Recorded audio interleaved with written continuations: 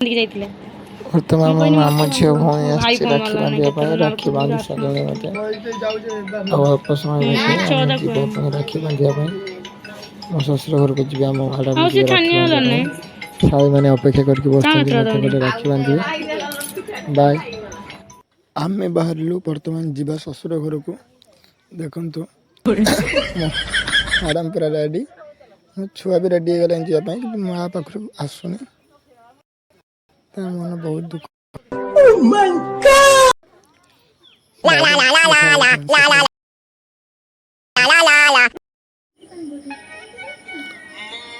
ଆମେ ଆସି ପହଞ୍ଚି ଗଲୁ ଶ୍ୱଶୁର ଘରେ।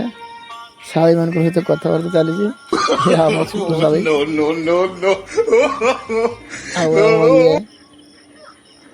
ଆଉ ଗୋଟେ ଶାଳୀ ମୁହଁ ଦେଖଉନି।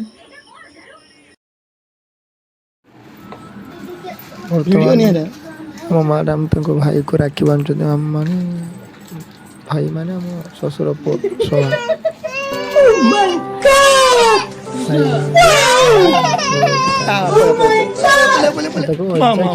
ବସିକି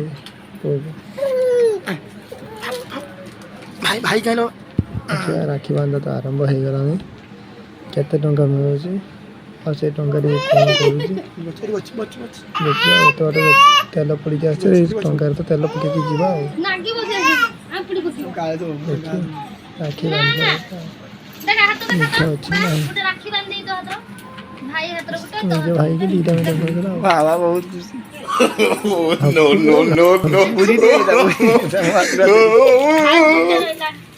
ଆଉ ରହିଲା ଆମ ଛୁଆ ମୁଣ୍ଡ ବାନ୍ଧି।